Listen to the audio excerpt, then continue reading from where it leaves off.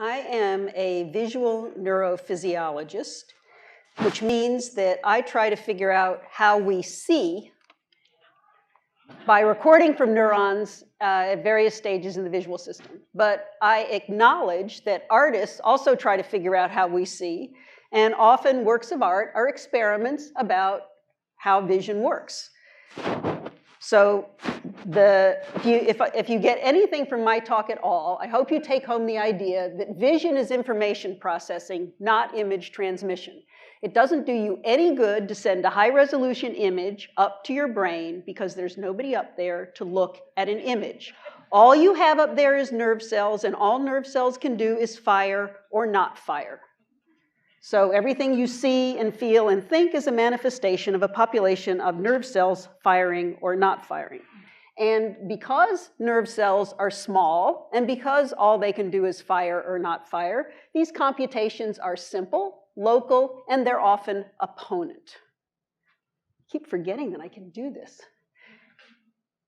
That's because in the cortex, in the brain in general, long-range connections are always excitatory, and inhibitory connections are always local.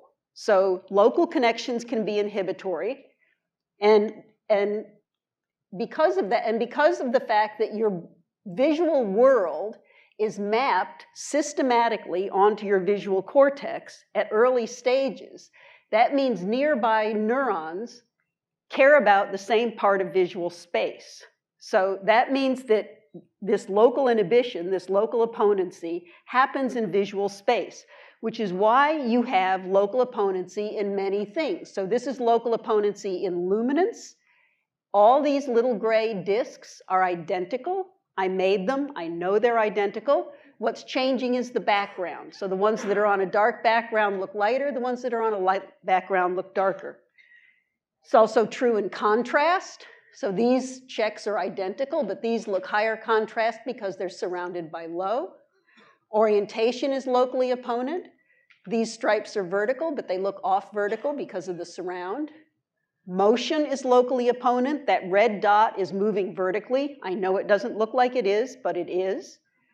And it doesn't look like it is because of the motion in the surround.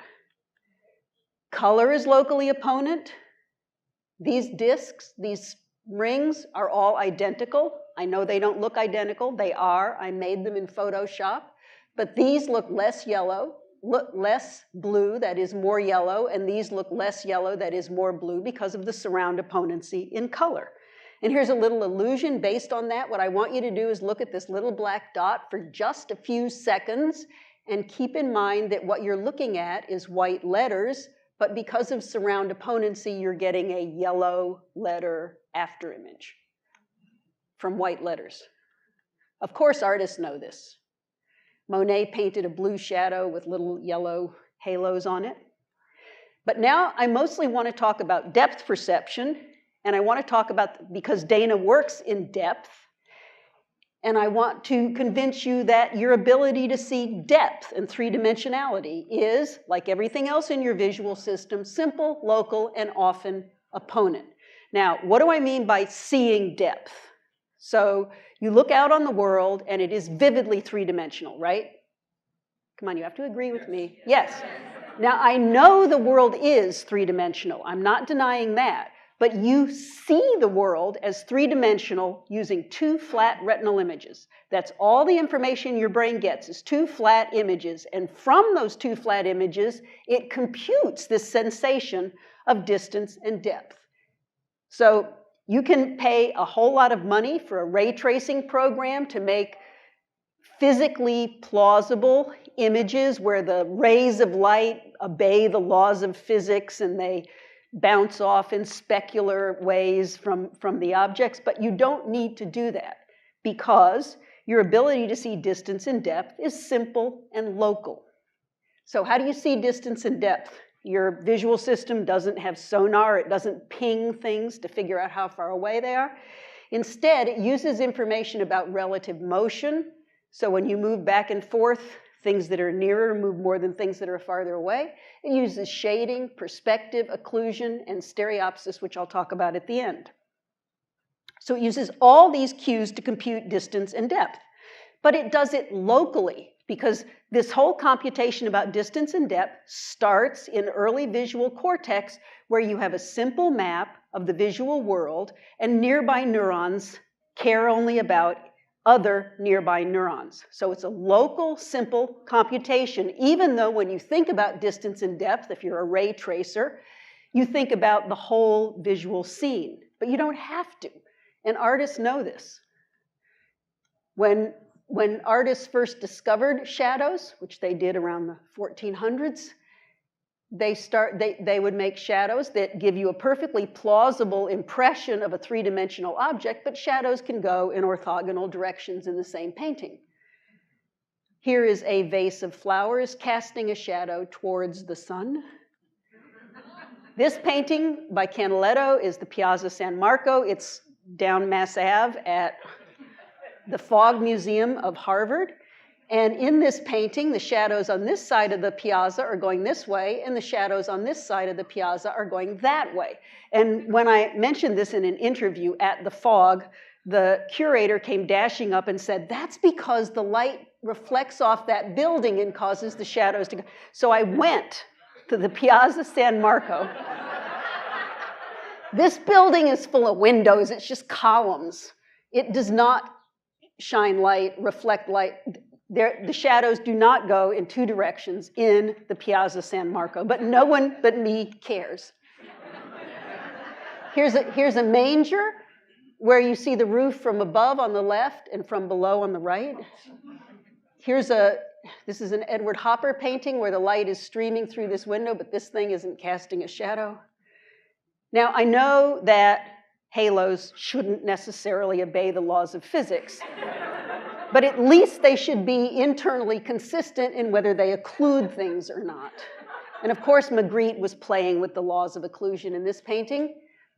You find any painting that's got a mirror in it, I guarantee you it is not obeying the laws of physics, but no one cares. If this lady were looking at herself in the mirror, you would not see her face, right? You don't go around checking to make sure the laws of physics are being obeyed. You can sort of assume that they are. And even Vermeer's painting of this nice milkmaid with the shiny brass bowl, the brass bowl looks shiny because it's reflecting the tablecloth, but if you look carefully, you will see that what the brass bowl is reflecting has nothing to do with the tablecloth that it's on top of. So, your ability to see distance and depth is carried by one part of your visual system.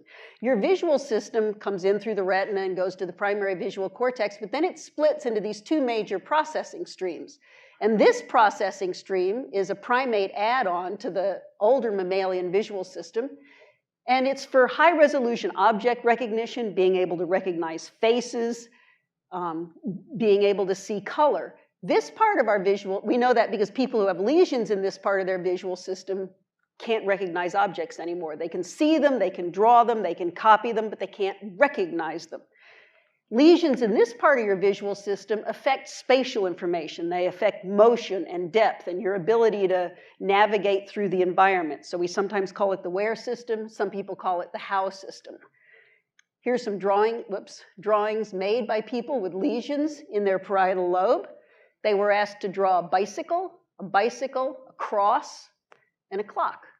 You can see that they get all the bits right, but the spatial information is wrong. So this part of your visual system is all about depth and spatial organization. And what's important for what I'm going to talk about now is the fact that this part of your visual system is, like other mammals, colorblind, sees everything in shades of gray. So if you were to look at a red spot on a green background with your where system, you would see a gray spot on a gray background, just like black and white photography. So you could imagine that you could tailor the relative brightness of the red spot in such a way that it disappeared in a black and white photograph. For those of you who are artists in the audience, I forgot to say, the word is value, not luminance. So equal value, equal luminance has really weird effects. And I think it does because there's a whole part of your visual system that can't see it. And the weird shimmery effect that you get in this one and that one is because they're equal luminant, equal value. So I want to try to convince you that your ability to see distance and depth are carried by a colorblind part of your visual system. And to do this, I have to find, there it is. I was hoping my mouse would turn up sooner or later. Now what I want to do is show you some rotating dots, okay? And I have to make this thing work. How do I make it work? Oh, there it goes. Okay, and I go to there. I'm so good at this now.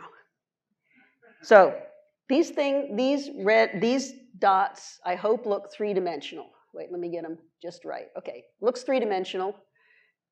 And it looks three-dimensional whether the red dots are brighter. It isn't three-dimensional, right? You know that. And the way it's rotating is ambiguous, so don't worry about which way it rotates. And if it flips, don't tell me. I know that. It's postgraduate. So it also looks three-dimensional when the dots are darker than the background, right? But I hope I can go through equal luminance, equal value, and get it to look flat and squishy, and then three-dimensional again. Let's go back through equal value. Flat and squishy, and three-dimensional. Did you see that? I hope so. Am I in the right thing? What's the right setting now?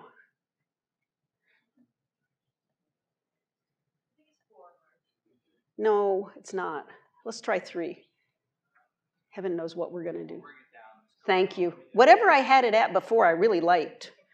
And now I can't go back to it, and I don't need to. All right, where was I? I did that. Okay. Oh, I actually need to go back to 3. Sorry. 4. Sorry. Now, I hope you can see that this drawing has got a lot of three-dimensional information in it. But I hope I can make it look more three-dimensional to you if you close one eye and look through the red lens of your glasses. And I hope it now looks more three-dimensional than it, right? So what you're doing by looking through the red lens is making the blue black. Don't ask why. And introducing a luminance contrast. Okay, now put the glasses down. Come on. Everybody put the glasses down. And then, without looking at the glasses, just appreciate this image, that it has a lot of information about perspective and shading and figure ground. Somebody's cheating. Figure ground segregation. And now look at it, one eye closed, look through the red lens, and see if it doesn't look more three-dimensional. The whole figure ground segregation makes sense. The depth from perspective makes more sense. Okay, glasses down, really, take my word for it, please. Here's a version of the Rouen Cathedral made by Liechtenstein. You're cheating. And I hope you can't even see that it's the Rouen Cathedral until you look through the red lens with one eye closed. Ha, somebody saw it. Wait, I have to put this back up again or I can't tell what I'm doing. So, if your ability to see depth from shading, depth from perspective is carried by a colorblind part of your visual system, that means it doesn't matter what the colors are as long as the luminance or the value is just right to convey a sense of three-dimensionality. And I think many artists figured this out. This is André Derain's portrait of Matisse. And if you knew Matisse, you'd recognize him right away by the shape of his face, even though the colors that are making up his face are weird. And that's because even though the colors are weird, the luminance, the value, is exactly right to portray the shape of his face. Now, the last thing I want to talk about is stereopsis. Some of you have stereopsis, some of you don't. I've lost my glasses. Here they are. This is stereopsis, both eyes open, blue on the right, okay? So for those of you where this enhances the sense of three-dimensionality, great. For those of you it doesn't, please don't take it personally. I'm about to explain to you why you shouldn't take it personally, okay? So if you go to a museum and you see a painting that's got lots of cues about depth, and Dana's paintings are spectacular examples of this, and you want to see it, if you look at it with both eyes open, even though she puts a lot of cues to depth in the painting, your stereo system is telling you that it's flat. Your ability to see depth from the difference in the image in the two eyes. So if you want it to look more three-dimensional, close one eye and you'll fall into the painting. But you sort of have to be close enough to have it fill the whole screen. But stereo matching is a difficult computational problem. Now, without looking at your glasses, if I tell you that the cyan is white to your right eye and the red is white to your left eye, can you see what this says? It's a simple calculation, right? All right, try it with blue on the right, both eyes open. Blue on the right. Right, some of you see it, some of you don't. Don't take it personally if you don't see it, okay? So stereo matching is a difficult problem. If you have 4 identical objects in the real world, they cast 4 images on each of your retinas, and the correct correspondence in your brain is here. But you could fuse the number 3 in the left eye with the number 4 in the right eye, and that would correspond to the same object out in the world, but at a different distance or depth. So if you've ever stepped on an escalator and missed, you do that because escalators have these slats that you can misfuse in your 2 eyes, which corresponds to the same thing, but at a different distance or depth. And I think some artists figured out how to achieve a sense of depth by having little speckles in their paintings that you could misfuse in your 2 eyes. And this painting I don't even like to look at because it undulates kind of disturbingly. But the guy who painted it, Gustav Klimt, didn't have stereopsis. How do I know? Well, look at his eyes. He's cross-eyed. You can't have stereopsis, that one aspect of depth perception, if your eyes aren't lined up. Now, you can have all the other aspects of depth perception, like shading and perspective and relative motion, but you don't have stereopsis, that little bit of computation about the difference in the images in the 2 eyes. Oh, so this is stereopsis. If you're focusing on this object, it casts images on the same place in your 2 retinas, but things that are nearer or farther away cast images on non-corresponding parts of your 2 retinas. And I got interested in the idea that poor depth perception might be associated with artistic talent because I did some research on dyslexia, which is a selective problem in learning to read. And people with dyslexia have a slight timing difference in their WARE system. And they have slightly worse depth perception than typical people. And so I was privileged to meet a large number of dyslexics. And it was inescapable how talented many of these people were. And it's been documented that dyslexic people are overrepresented in the artistic population, but the usual explanation is they were bad at academics, so they spent all their time in the art room. But some of these people were so talented, I had to start thinking that maybe there's something about being dyslexic that makes you better at art and music and computer programming. And music, I don't work on the auditory system, but I think there are reasons why hearing auditory transitions in a slightly different timing way might make you better at music and worse at phonetics. But a slight problem in gauging distance and depth might make you a better artist. So I can't draw a chair because I cannot get rid of the 3-dimensional information my visual system has extracted from the world. So you can look at people and sometimes tell if they don't have good depth perception, good stereopsis. This is Chuck Close. His glasses are of different magnifications, so that means he has anisometropia. He's severely dyslexic, and he says he sees the world as flat. You can tell if somebody's eyes are lined up by where the light reflection, that little white dot is, in their 2 eyes. So if the white dot's in the same place in the 2 eyes, they could have normal stereopsis. Now, 10% of otherwise normal people do not have stereopsis. It's a very common thing not to have. So here's some baseball players. You see where the white spot is in their 2 eyes? Are you good at this now? It's actually a clinical test in ophthalmology called the Hirschberg test to do this. You're actually allowed to diagnose people this way. There is one baseball player who did not have normal stereopsis. This is Babe Ruth. Notice that the white thing is in the center of this eye and off to the side in this eye. Babe Ruth had what's called amblyopia, which means when you're a kid, if your 2 eyes aren't lined up and the visual information doesn't come to the same part of your visual cortex, you can suppress the input from one eye so that you don't see it and the connections go away permanently and you have bad vision in that eye permanently. Or you can alternate your 2 eyes. So 3% of the population has significantly misaligned eyes. So that accounts for some of the 10% of the population who have no stereopsis.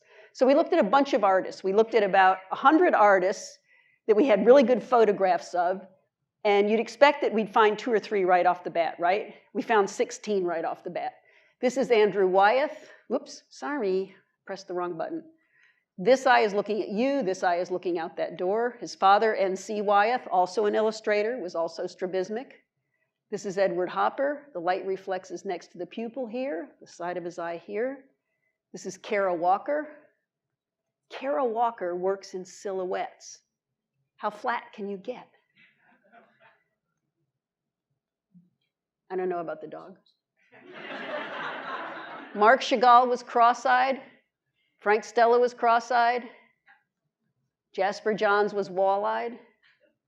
Robert Rauschenberg was wall-eyed and severely dyslexic.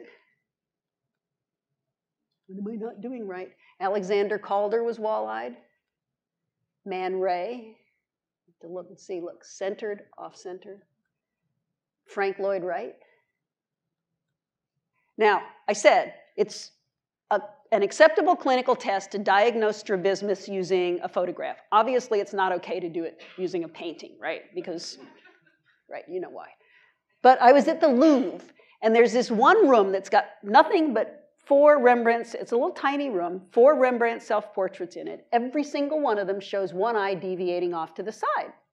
Now, I know when you paint a self-portrait, you look in a mirror, and you're painting your right eye, you look to the right, you're painting your left eye, you look to the left. So here's a montage of me looking at my right eye in a mirror about 8 inches away and my left eye.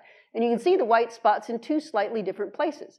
But I'm not nearly as deviant as Rembrandt portrays himself. So I had this pile of reproductions of Rembrandt self-portraits in my office, and my young colleague came into my office and said, "Is it always the same eye?" And I said, "No, if it were, I could publish it." Sometimes it's the eye on this side, and sometimes it's the eye on this side. The young colleague was himself a stereoblind artist, and he said, "Marge, you have to separate them into paintings and etchings." And when we did, in the paintings, it's always the eye on this side that deviates, and in the etchings, it's always the eye on this side. The way you make an etching is you scratch and you flip it over, right? So we made a little program where we circled the iris and figured out where it went in the center of the eye, and we made a graph. And the take-home message is, if you can make a graph of something really unlikely, you can get it published. This is the only thing I've ever published in the New England Journal of Medicine.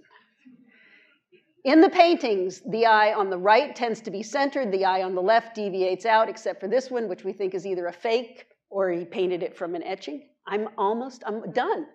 And in the etchings, it is the reverse. There, see, I told you I was done. I'm going to speak to you tonight about perception from the point of view of a painter. So let's see if this works. Here we go. For me, painting and drawing offers a way to perceive what I can't see if I don't involve my hand in the equation. The physical act of translating what is in front of me from my eyes to my hand is a way of knowing and understanding how something exists in space and moves in patterns over time. I'm legally blind without glasses, and I know Marge probably looked at my eyes, so I am acutely aware of what I lack in regard to sight.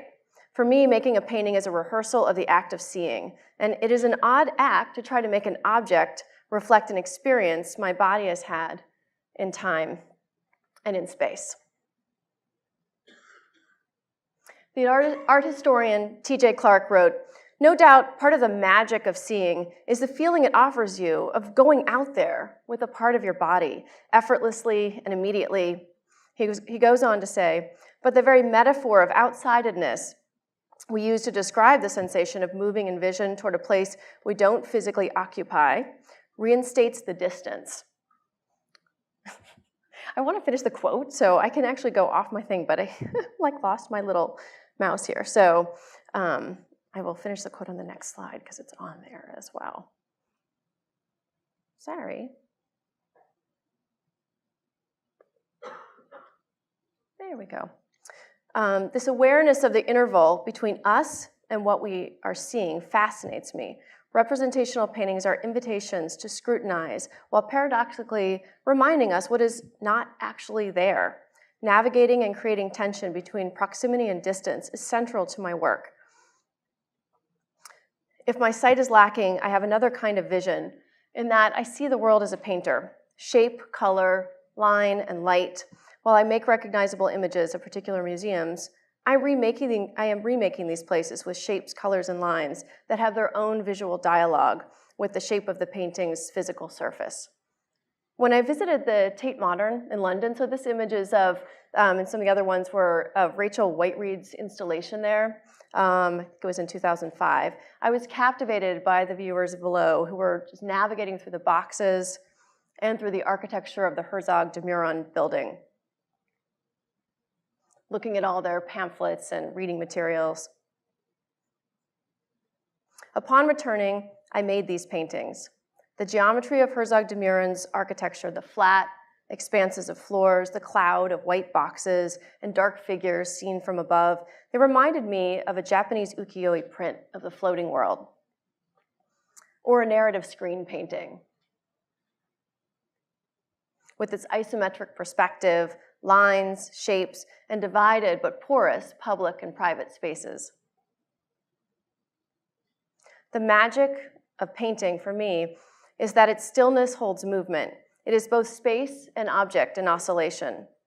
One oscillates between being an immersed viewer, looking in at a picture, and an aware viewer, aware that one is looking at oneself looking.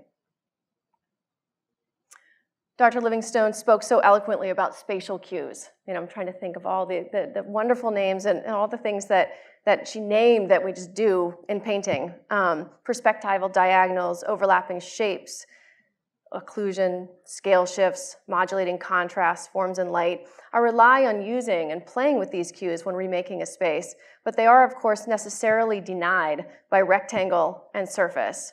The space of a painting is shifty, from depth to flatness in a back and forth. If I want to fine-tune the oscillation between space and flatness, close grays, simultaneous contrast, what you just heard about, what you just saw on the screen, allow for making that middle ground and messing with the kind of depth cues that are present but harder to read, kind of shifty to your perception. They are especially this way when made by mixing chromatic grays using only color rather than black, so that the colors can change depending on what they're next to. One of my favorite things to do, absolutely love. Maybe I was also thinking about that Bruegel painting when I made the painting of the Guggenheim, but I was also thinking about the way that museums now, as places of spectacle and kind of uncannily deep caverns and escalators looking down through many floors, feel like they ask us to interact with them a little like children. The space of the contemporary museum is itself shifty. It changes depending on what is installed in that space. I love the way that an artist's work, an embodied and a resonant object, changes the way that architecture functions for us as we move through it, visually and experientially. So I started this painting, and I had decided, kind of like that Duccio painting, and I really love that era of painting, so I'm going to refer back to that talk. The Duccio painting of the roof, where you see both sides of the roof from different points of view. So with this painting, I wanted to kind of have these two views put together, looking up and looking down, but I was having a little trouble with that much white wall. That was my idea from the beginning. I was going to divide the painting, and there was just going to be a lot of white wall, this kind of white cube gallery, and I got stuck. And I was so glad to see that the MoMA, about 6 to 7 months after I started the painting, the MoMA had a show of Martin Puryear's work. And I eagerly just got on the train and went down, because there was a big 63-foot sapling that kind of shot through the atrium that was going to save my painting. You can decide whether it does, but it was exciting for me to see the space was so different with his pieces, because they were so engaging of the dimension of the museum itself. So the actual space, going back to the museum many times, is an important part of my process, the seeing and the re-seeing. John Updike wrote about the renovated MoMA. The art museums, once haunted by a few experts, students and idlers, kind of just love that sentence, have become the temples of the ideal or the other, of the something else that, if only for a peaceful moment, redeems our daily getting and spending. Here resides something beyond our frantic animal existence. I don't know, you decide with all the gift shops if that's really true. There's a lot of getting and spending when you get to the museum, I think.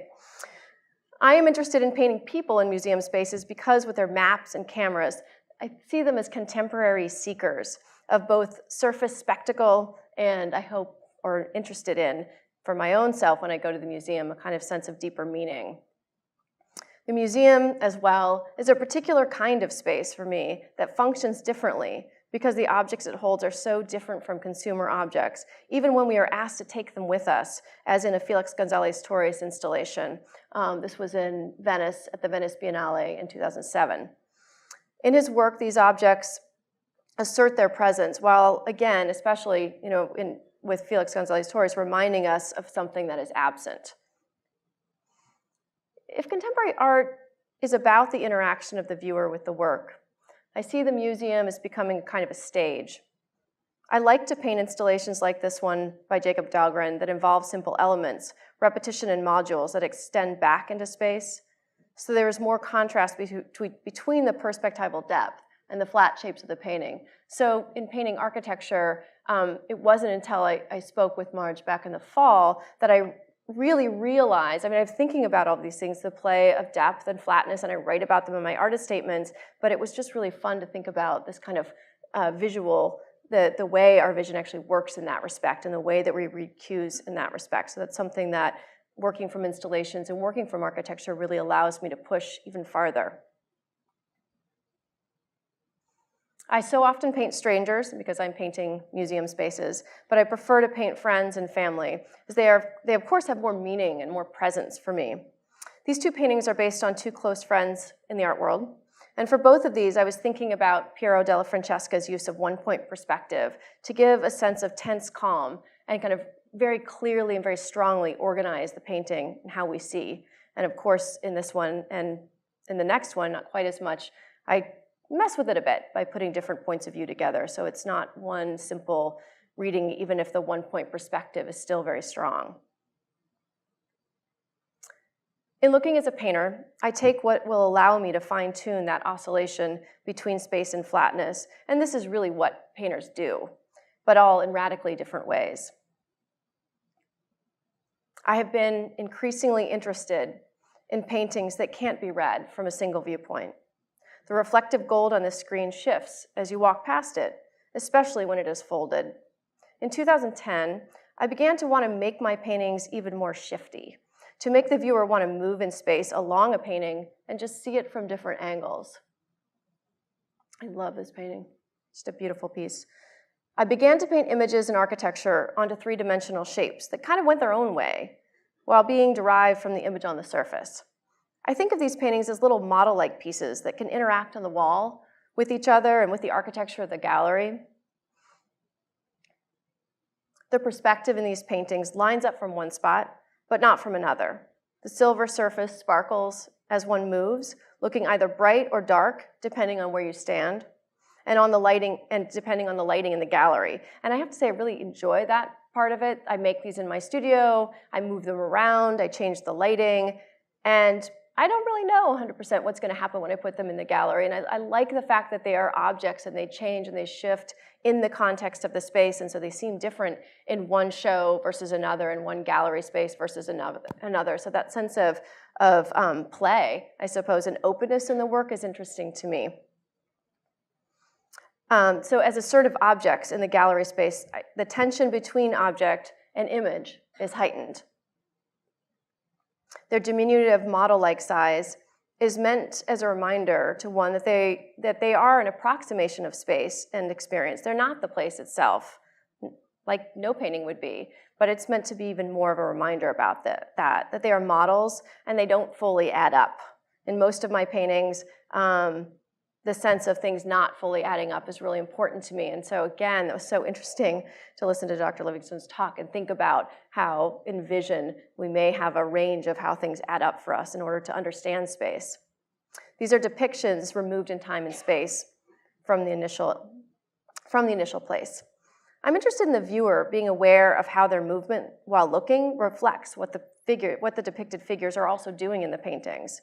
I was thinking about how we interact with museum spaces, especially today, especially in such a fast-paced world where everyone has their iPhone out and is kind of photographing as they go. So we interact with space not just through our experience, but through photography more and more, looking while moving.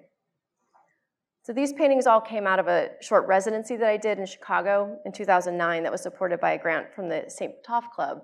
I always go to the spaces that I work in and spend a lot of time there, revisit them time after time. That element of time and experience and presence is really important to me.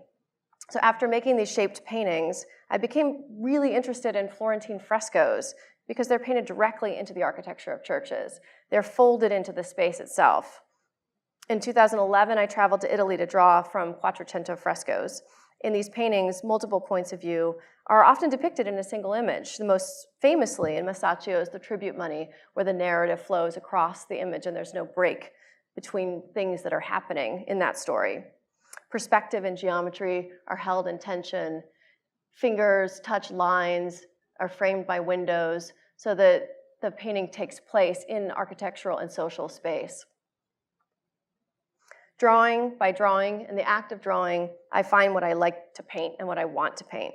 Because I think perception is different than sight. Perception involves time and space. Things happen that I can't invent. So if I'm sitting there for a long time, it kind of becomes its own type of performance, not one that I'm performing for others, but a performance of others around me.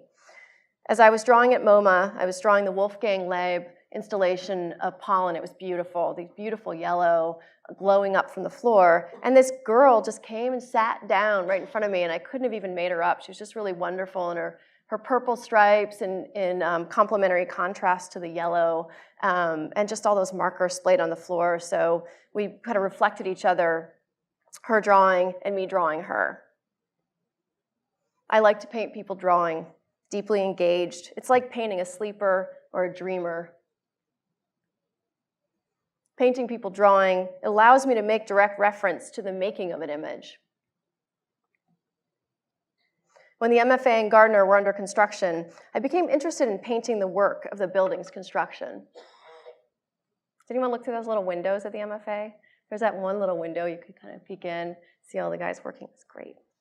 It's like just a little peek. Construction objects just have more line, more color and texture than white cube spaces.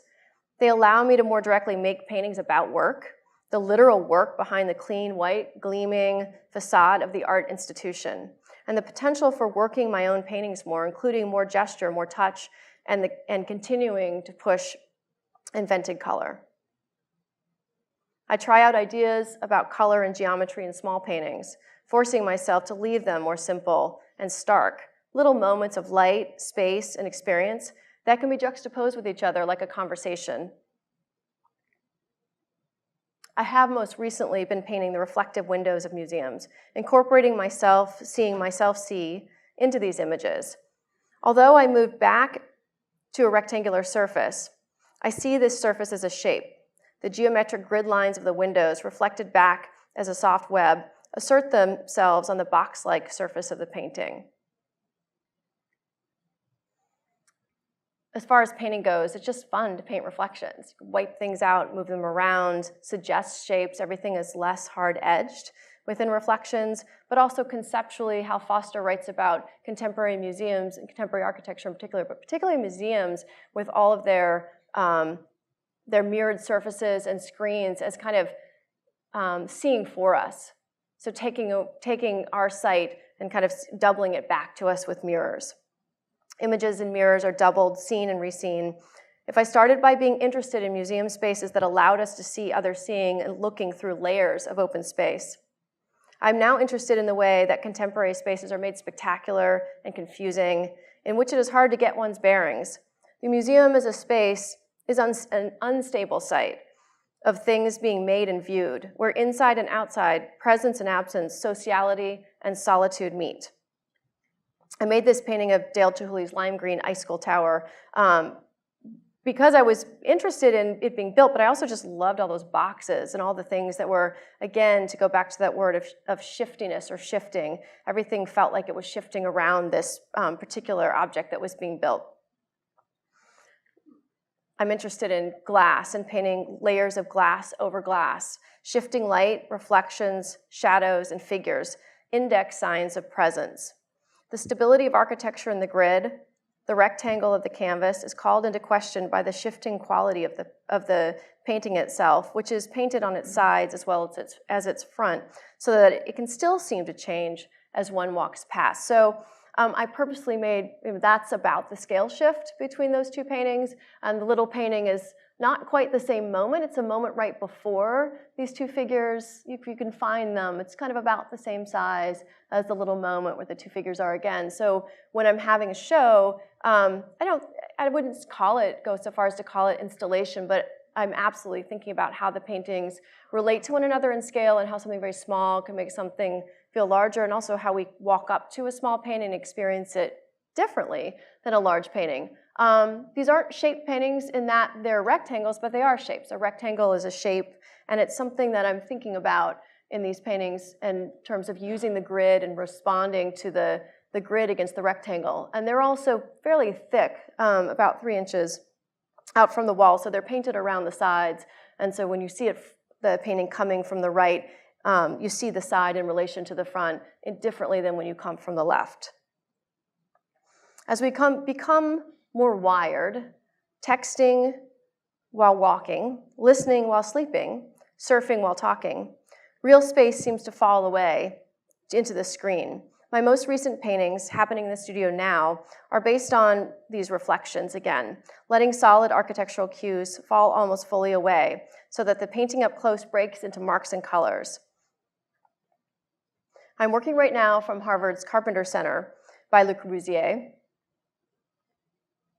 and I will travel to France in July for a residency that will allow me to work from other Le Corbusier buildings there in which interior and exterior space, windows, walkways, and landscapes open and close to one another as I plan a series of larger shaped paintings that I will be making on an upcoming sabbatical. And just to note, Le Corbusier famously was monocular, had no depth perception. So maybe that's why he's so appealing to me. I'll close by saying Margaret Livingstone said to me as we discussed perception last fall, "Sparkle is change." And I just loved the way that sounded. Visual sparkle pulls us to want to see, and the sense of sparkle in a painting arises from the shift and the shiftiness from dark to light.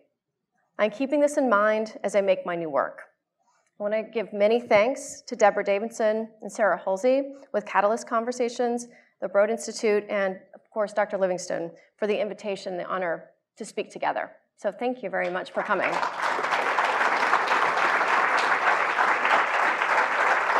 Start us off, I was wondering, really from both of you about sort of, for Dana, the role that science could play in your work. So learning about from things that Marge said, wondering if there are any specific things that maybe you weren't aware of, or aware of as an artist but not consciously aware of, that now you might use to make a painting differently. I feel the sense of responsibility. That now that I know this, there's specific things that I need to kind of control more. It's actually really interesting when you said sparkle is change. I kind of thought, well, I know that when I have all these really close values together, and I was drawing I had a show, the reason we met is we did a talk at Harvard Medical School, and I had a show at the gallery there that had a really extremely long hallway with black and white tile, and I was doing drawings of that and actually have some pieces based on that, which have all these really close values, and they seem to kind of sparkle. So I am trying to take it in while deciding exactly how. So you'll see in a year. And Marge, I was wondering if, as you are thinking about the side of your work that looks at art, have you found paintings that then you want to go find out as a scientist, how does that work? Or is it more you're thinking about it as someone studying vision, and then, like, do the paintings ever come first, or is it always from the science side? Both art, especially modern art, and psychophysics, psychologists who make illusions. discover important things empirically about how we see. And then as a neurophysiologist, I go in and I say, well, how did they do that? Yeah.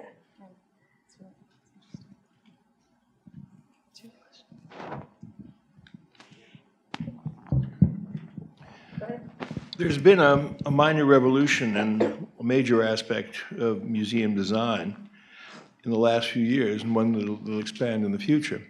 It's the advent of completely manipulable LED lighting. Do either of you anticipate a future in which museum lighting will be manipulated in advance by the artist or programmed by the artist to suit their taste, or to change the perspective of the audience? I think that sounds pretty great. I mean, when you go to the Met and they've painted the walls gray for a particular show, I mean, I do like the theater of the museum, very particularly, so that kind of additional element of theater and lighting. I mean, I think the bigger point, too, about lighting in spaces is really interesting, and how much the lighting itself, even without an object, can change the way you feel about a space. I really see that in the Norman Foster wing, because the daylight changes the kind of stripes on the wall so dramatically from morning to night. So I'm very interested in color, and I'm curious both from the scientific perspective as well as the artistic about the semantic effects of color perception and the way that the content of what it is that I'm looking at affects the way that I think about the colors, how I perceive the colors. That's just a fun question to think about. Do you have an answer to that from the biological point of view? No. I'm not that aware of, in terms of color perception, how much top-down there is. Well, what's funny, I tried to be kind of tricky and come in and draw the room. I was going to have my last slide be what the room looked like, because I use my iPad now, not just to be able to draw wherever I want. I love drawing with color, and so I brought my iPad in a little drawing, and the lights were off, and this exit sign was glowing. I mean, I think we have associations with things. So the red of the exit sign has its own association that's really strong. I don't know if that would be the perfect example to start with in terms of relationships of like color and meaning. But I definitely think, specifically, are you thinking about, can you give me more specifics about what direction you're coming with your question? So I guess like one way is the way that we name colors. And you think about the use of language and the way that different cultures, different languages name their colors very differently. And I think the contemporary example would be like the many colors for snow, or like that people who live further north who see a lot more snow may have greater ability to subdivide those based on the content of what it is that they're looking at. That's a really interesting question more broadly, like how what you know changes what you see. And I mean, this isn't so much about color in that respect, but I think that's why I really like to go back to a space over and over, is because I feel I actually only really see it when I know it more, when I know how it's used. There was a Radiolab program about color. Did you guys hear that? So good. So I'm just realizing I had a conversation with Dushko Petrovich, who writes for Paper Monument, and he was talking about doing a conversation, which I don't think was actually used ultimately in the Radiolab, about red and Coca-Cola red and this kind of relationship of like a kind of corporate color to Albers color theory, and totally probably just doing a bad job of shortening what was a very important conversation. But there's definitely writing out there, certainly about corporate logos and branding in relation to color. I would say, in terms of, just to get back to the palette, when I did the Guggenheim Museum painting and I wanted it to be a lot of grays and very neutral colors, I chose a really kind of surprisingly bright palette of kind of a CMYK palette to start with, of a kind of cerulean blue, quinacridone, violet, lemon yellow. And because I knew I could mix really nice grays with that, but I liked that there was this kind of acidic brightness underneath. So, I mean, for me, there's a resonant kind of chord that I like to make with the colors, but I don't know that that's something I could put into, or words, or that you need to know. There's a huge disconnect between the physiology of color perception and our associations with it, we only have 3 cones. And all the colors you see are from the ratios of the signals in those 3 cone classes. So you think you see this wide range of colors, but you're only doing it with 3 essentially phosphors, like in a TV. And so I think we see a lot more about color than we really do. Although I have this 2 pairs of clogs, patent leather clogs. One of them is a really dark blue, and the other one is black. Only in my office, I can't tell the difference between them because fluorescent light doesn't have enough blue in it for me to calculate. So I often find myself walking down Longwood Avenue with one blue shoe and one black shoe. Because in the sunlight, you can see the difference.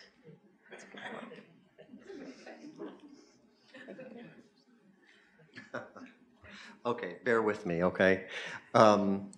This is probably for Margaret, I would imagine. So I'm laying in my bathtub, and I have Christmas, like white Christmas lights strung in my apartment. It's not a very nice apartment, but I have white Christmas lights up. So when I'm laying in my bathtub and my eyes glaze over, you know how when your eyes glaze over, lights become these kind of amoeba shapes, and then there's like a very specific pattern in each amoeba. Do you know? I mean, go with me anyway.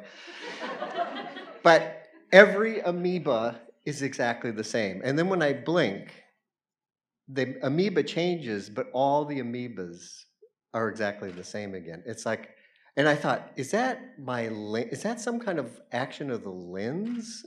Or does my brain recognize this as a pattern and it's just like, it's just saying, just make these all the same in some efficient. So you know when in movies when they have these like octagonal patterns that come from lights, I think it's the same thing. That's something like that. And there's like little bubbles in it, but they're specific shape. Yeah, no, it's just optical. I wouldn't worry about But it. you don't. No. Is it lens related, or do you think that would be more of a computation? Do you think that's a computation? Oh no, it can't be a computation. It has to be a lens thing. It's just a refraction that's happening because you have this huge thing, and all the lights are going in many directions. It's only the ones that go through your pupil and cross again that, right? We only get this tiny amount of Well, my whole visual field is covered by these lights, and they're all like when I blur my eyes and I kind of like look around, they're all the same amoeba. Yeah, until I blink and then they change again. I think that's your lens. All right, thank you, everybody.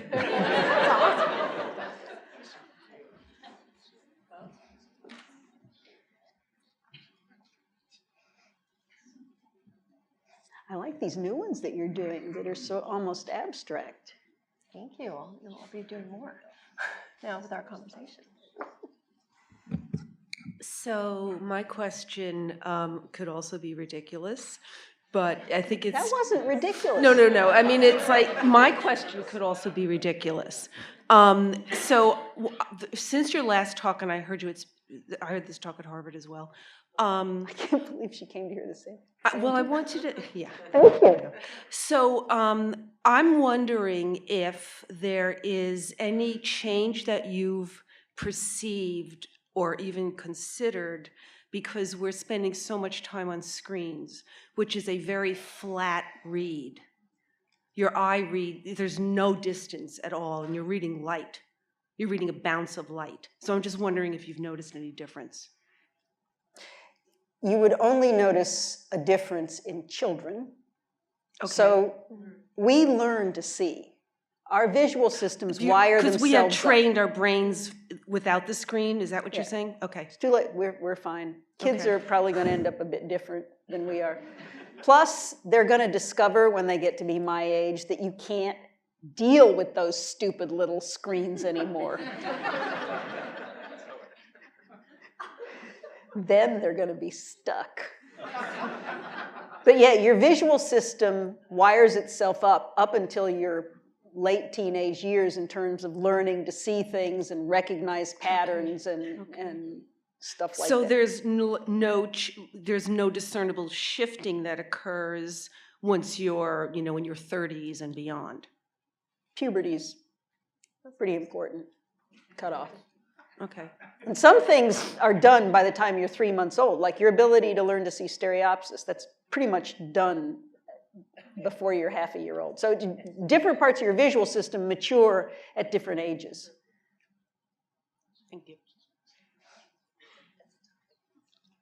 Hello. I missed the very beginning of your lecture about vision, but anyway, I have two very stupid questions to ask. One is that how comes a lot of creative people, artists, directors, and say movie directors, the amazing colors, do you think they come from after they having a drink or something else? And if that's the case, how are we going to balance between, like the sports people, our human innate abilities and the abilities after some substances? That's number one question. Number two question is, if the learning disability people have their own unique ways, and how as society are we going to accommodate, keep them as they are, or try to conform them to the standardized people by giving them drugs? Thanks. So people with dyslexia are going to get a lot better when they use little screens, because part of the problem with dyslexia is moving your eyes around a lot. So these little tiny screens are going to help them. They're going to be fine. They'll read, War and Peace on their iPhone. They'll be fine. Yeah. They don't like to move their eyes around. I think you're romanticizing color again in that first question. Really, we've only got 3 photoreceptors. It's all done. It's a remarkable computation. What was the other question? It was just about the learning disability. Oh, the substances. Yeah, I love that. So fortification spectra, migraine auras, hallucinations, they all reveal important things about how our visual system works. So if you know anything about LSD, auras, or grand mal seizures, somebody might have one, you never know. All those little speckly, sparkly lines, that's what primary visual cortex does. I think we have time for one more question. Marietta? I just wonder if you could say a little bit more about the lack of stereopsis and what that means in terms of artistic expression. How about I tell you, my husband and Oliver Sacks both used to have excellent stereopsis, and then both of them got a uveal melanoma. And as adults, they lost stereopsis. And both of them now trip over curbs. So people who don't have stereopsis as a child, like my postdoc, they don't even know they have a problem because they learn as children to use other depth cues. But if you lose stereopsis as an adult, it's devastating. But they find dioramas and paintings with a lot of depth in them fantastic. So for the artists who don't have stereopsis, what does that cause them to do instead in their work? So they're just better at seeing the world is flat. So what's the first thing you learn in drawing class? Close one eye, look in a mirror, look upside down. There are techniques that you can use to force yourself to see the world as flat, but a kid who sees the world as flat already probably can't understand why other 6-year-olds can't draw as well as he can. That's where I got lost when you said that. So seeing the world as flat is somehow better at transmitting 3-dimensional images? Yes, you have no access to your low-level retinal image, which is why I assume you can't draw. I can't draw because my visual system extracts information, and I only have access to the information about how to navigate through my environment and recognize objects. I don't have my retinal image anymore that I could now put on a piece of paper and other people would recognize as my retinal image. You just don't have access to it. That's why sometimes severely autistic people can draw really well. They have access, they haven't processed that information in a useful way. They have more access to lower level information. That's interesting.